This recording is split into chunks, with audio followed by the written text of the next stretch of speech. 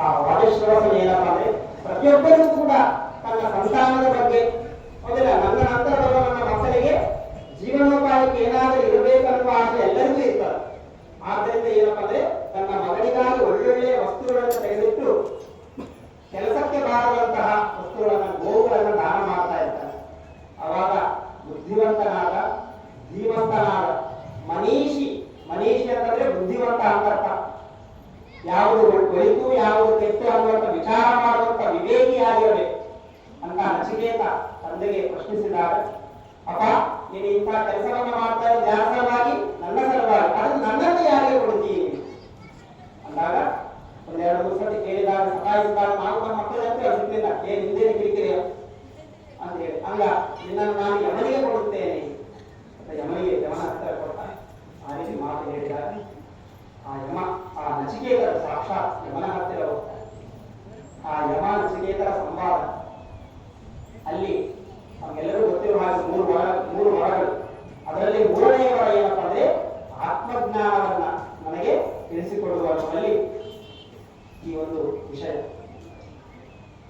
ಅದರಲ್ಲೂ ಕೂಡ ಈ ಒಂದು ಅಧಿಕರಣ ವಿಷಯ ಶ್ರೇಯಶ್ಚ ಪ್ರೇಯಶ್ಚ ಮನುಷ್ಯನೇತಃ ತೌ ಸಂಪರೀತ್ಯ ವಿವಿನಕ್ತಿ ಧೀರಃ ಶ್ರೇಯೋ ಹಿ ಧೀರೋ ಅಭಿಪ್ರೇಯಸೋ ಗೃಣೀತೆ ಪ್ರೇಯೋ ಮಂದಃ ಯೋಗಕ್ಷೇಮಾತ್ ಗೃಣೀತೆ ಅನ್ನುವಂತಹ ಮಂತ್ರವನ್ನ ಹೇಳುವಾಗ ಇಲ್ಲಿ ಏನಪ್ಪಾ ಅಂದ್ರೆ ಶಿಷ್ಯನಾದ ನಚಿಕೇತನ ಒಂದು ಸ್ತುತಿ, ಅಂದ್ರೆ ಶಿಷ್ಯನ ಒಂದು ಅಧಿಕ ಯೋಗ್ಯನಾದ ಶಿಷ್ಯ ದೊರೆತಾಗ ಆ ಶಿಷ್ಯನನ್ನ ಸ್ತುತಿ ಮಾಡುವಂಥದ್ದು.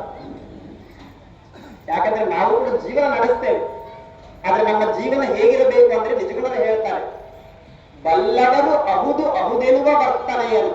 ಅಂದ್ರೆ ನಮ್ಮ ಆಚರಣೆ, ನಮ್ಮ ಜೀವನ, ನಮ್ಮ ಅಭಿರುಚಿಗಳು ಹೇಗಿರ್ಬೇಕಂತಂದ್ರೆ ನಮ್ಮ ದೋಸ್ತರು, ನಮ್ಮ ಸ್ನೇಹಿತರು, ನಮ್ಮ ಜೊತೆಗಾರರು ಭಾರ್ಯಪ್ಪ ಅನ್ನಬಾರ್ದು, ಅವರೇ ನಂತರ. ಯಾಕ ನಮ್ಮಿಂದ ಏನೋ ಅಪೇಕ್ಷಿಸ್ತಿರ್ತಾರೆ, ಅದಕ್ಕೆ ನಮ್ಮನ್ನ ಅವರು ಹೊಗಳ್ತಾರೆ.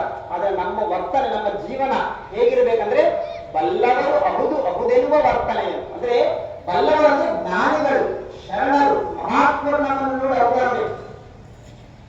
ಹಾಗೆ ಇಲ್ಲಿ ನಚಿಕೇತನ ಒಂದು ಗುಣವನ್ನ ಯಾರು ವರ್ತನೆ ಮಾಡ್ತಾ ಇದ್ದಾರೆ ಅಂದ್ರೆ ಸಾಕ್ಷಾತ್ ಯಮಧರ್ಮರಾಜ. ಯಮಧರ್ಮರಾಜ ಅಂದ್ರೆ ಅಲ್ಲ ಕೇವಲ ದೇವರಂತಲ್ಲ, ದೇವತಾ ಮನುಷ್ಯ ಅಂತಲ್ಲ, ಅದೇನಂದ್ರೆ ಸಾಕ್ಷಾತ್ ಬ್ರಹ್ಮವಿದ್ಯಾಚಾರ್ಯರು.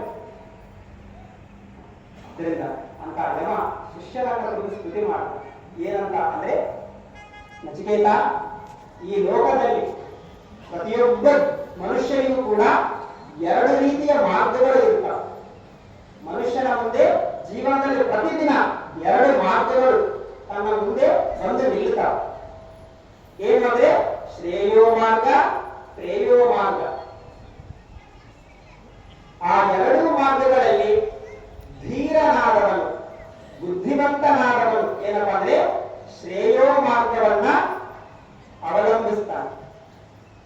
ಯಾರು ಮಂದ ಅವನೇನಪ್ಪ ಅಂದ್ರೆ ಪ್ರೇಯೋ ಮಾರ್ಗವನ್ನ ಅವಲಂಬಿಸ್ತಾನ, ಆ ದಾರಿಯನ್ನ ಆಯ್ಕೆ ಮಾಡಿಕೊಳ್ತಾನೆ. ಶ್ರೇಯೋ ಮಾರ್ಗ, ಪ್ರೇಯೋ ಮಾರ್ಗ ಅಂದ್ರೆ ಏನು ಅಂದ್ರೆ ಶ್ರೇಯೋ ಮಾರ್ಗ ಅಂತಂದ್ರೆ ನಿಶ್ರೇಯಸ, ಅಂದ್ರೆ ನಿಶ್ರೇಯಸ ಅಂದ್ರೆ ಮೋಕ್ಷದ ಮಾರ್ಗ. ಆ ಮಾರ್ಗದಲ್ಲಿ ಸಂಚರಿಸುವವನು ಯಾರಪ್ಪ ಅಂದ್ರೆ ಧೀರನಾದವನು. ಆ ಮಾರ್ಗವನ್ನ ಆಯ್ಕೆ ಮಾಡಿಕೊಳ್ತಾನೆ ಬುದ್ಧಿವಂತನಾದವನು. ಮಂದ ಅಂತಂದ್ರೆ ಪಾಮರನಾದವನು, ಅಜ್ಞಾನಿಯಾದವನು ಏನಪ್ಪಾ ಅಂತಂದ್ರೆ ಪ್ರೇಯೋ ಮಾರ್ಗವನ್ನ ಆಯ್ಕೆ ಮಾಡಿದರು. ಶಾಸ್ತ್ರಗಳು ಮನುಷ್ಯನಾದವನನ್ನ ಹುಟ್ಟಿದ ಮೇಲೆ ನಾವು ಸಾಧಿಸಬೇಕಾದ ವಸ್ತುಗಳನ್ನ ಅಥವಾ ಸಾಧನೆಯನ್ನ 4 ಭಾಗಗಳಾಗಿ ವಿಂಗಡಿಸಿದ್ದಾರೆ. ನಮ್ಗೆಲ್ಲರೂ ಗೊತ್ತಿರ್ತಕ್ಕಂಥದ್ದು ಏನಪ್ಪಾ ಅಂದ್ರೆ ಚತುರ್ವಿಧ ಪುರುಷಾರ್ಥಗಳು: ಧರ್ಮ, ಅರ್ಥ, ಕಾಮ, ಮೋಕ್ಷ. ಇದರಲ್ಲಿ ಮೋಕ್ಷ ಅನ್ನುವಂತಹ ಪರಮ ಪುರುಷಾರ್ಥ ಏನಿದೆ ಅಲ್ಲ, ಅದು ಶ್ರೇಯೋ ಮಾರ್ಗ. ಅಂದ್ರೆ ನನಗೆ ಯಾವುದೂ ಬೇಡ, ಕೇವಲ ಮೋಕ್ಷ ಮಾತ್ರ. ಅಂದ್ರೆ ಮೋಕ್ಷವೇ ನನಗೆ ಬೇಕಂದ್ರೆ ನಿತ್ಯ ಸುಖ, ನಿಜವಾದ ಸುಖ, ನಿಜವಾದ ಆನಂದ ಏನಿದೆಯಲ್ಲ ಅದುವೇ ನನಗೆ ಬೇಕು ಅಂತ ಯಾರು ಇರ್ತಾರಲ್ಲ ಅದು ಶ್ರೇಯೋ ಮಾರ್ಗ. ಧರ್ಮ, ಅರ್ಥ, ಕಾಮ ಈ 3 ಏನಪ್ಪಾ ಅಂದ್ರೆ ಶ್ರೇಯೋ ಮಾರ್ಗ. ಮಾರ್ಗ. ಶ್ರೇಯೋ ಮಾರ್ಗದಲ್ಲಿ ಎಲ್ಲ ಸಾಮಾನ್ಯ ಎಲ್ಲ ಜನಗಳು ಶ್ರೇಯೋ ಮಾರ್ಗದ ಕಡೆಗೆ ಮುಖ ಮಾಡಿರ್ತಾರೆ ಅಂತ ಶಾಸ್ತ್ರಗಳು ಹೇಳ್ತಾರೆ. ಅದಕ್ಕೆ ಶಂಕರಾಚಾರ್ಯರು ಕೂಡ ಹೇಳ್ತಾರೆ ವೇದಾಂತ ಬಿಂದಿಮ ಅನ್ನುವಂಥ ಗ್ರಂಥದಲ್ಲಿ ಪುರುಷಾರ್ಥ ತ್ರಯಾವಿಷ್ಟ ಪುರುಷ ಪಶವೋಧ್ರುವ ಮೋಕ್ಷಾರ್ಥಿ ಪುರುಷ ಶ್ರೇಷ್ಠ ಇದು ವೇದಾಂತ ಬಿಂದಿಮ. ಪುರುಷಾರ್ಥ ತ್ರಯಾವಿಷ್ಟ, ತ್ರಯ ಅಂದ್ರೆ ಮೂರು ಪುರುಷಾರ್ಥಗಳಲ್ಲಿ ಎಲ್ಲರೂ ತಮ್ಮ ಜೀವನವನ್ನು ನಡೆಸ್ತಾ ಇದ್ದಾರೆ. ಅದರಲ್ಲೂ ವಿಶೇಷವಾಗಿ ಅರ್ಥಕಾಮಗಳಲ್ಲಿ, ಅರ್ಥ ಅಂದ್ರೆ ಸಂಪತ್ತು, ದುಡ್ಡು, ಬಂಗಾರ, ವಸ್ತು, ವಾಹನಗಳಲ್ಲಿ. ಕಾಮ ಅಂತಂದ್ರೆ ನಮಗೆ ನಮ್ಮ ಮನಸ್ಸಿನಲ್ಲಿ ಹಾಗಾಗಿ ಹುಟ್ಟಿಕೊಳ್ಳುವಂತಹ ಬಯಕೆಗಳು. ಈ ರೀತಿ ಅರ್ಥಕಾಮಗಳಲ್ಲಿಯೇ ಭಿನ್ನತಿರ್ತಾರೆ. ಧರ್ಮದಲ್ಲಿ ಎಲ್ಲೋ ಒಬ್ಬರು. ಆದ್ದರಿಂದ ಪುರುಷಾರ್ಥ ತ್ರಯಾವಿಷ್ಟ ಅಂದ್ರೆ ಮೂರು ಪುರುಷಾರ್ಥಗಳ ಭಿನ್ನಾರ್ಥದವರು ಏನಪ್ಪ ಅಂದ್ರೆ ಅಂತಹ ಪುರುಷರು ಪಶವೋ ಧ್ರುವಂ, ಅವರು ನಿಜವಾಗಿಯೂ ಪಶುಗಳಂತೆ ತಿಳ್ಕೊಳ್ಳಪ್ಪ. ಯಾಕೆ?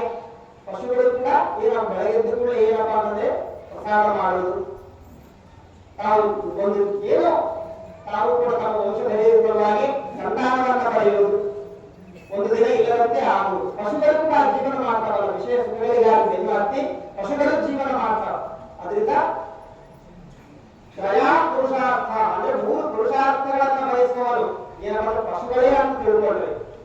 ಮೋಕ್ಷಾರ್ಥಿ ಪುರುಷ ಶ್ರೇಷ್ಠ, ಅದು ಯಾರು ಮೋಕ್ಷವನ್ನೇ ಬಯಸ್ತಾನಲ್ಲ, ಮೋಕ್ಷ ಮಾರ್ಗವೇ ನನಗೆ ಬೇಕು ಅಂತ ಯಾರು ಬಯಸ್ತಾನಲ್ಲ ಅವನು ಶ್ರೇಷ್ಠ. ಪುರುಷಾರ್ಥಿ ಶ್ರೇಷ್ಠ, ಪುರುಷಾರ್ಥಿ ಮೋಕ್ಷಾರ್ಥಿ ಪುರುಷ ಶ್ರೇಷ್ಠ ಅಂದ್ರೆ ಮೋಕ್ಷವನ್ನ ಬಯಸುವವನೇ ಶ್ರೇಷ್ಠನಾದ ವ್ಯಕ್ತಿ. ಇದು ವೇದಾಂತ ಬಿಂದಿಮ ಅಂದ್ರೆ ಇದು ಎಲ್ಲ ವೇದಗಳ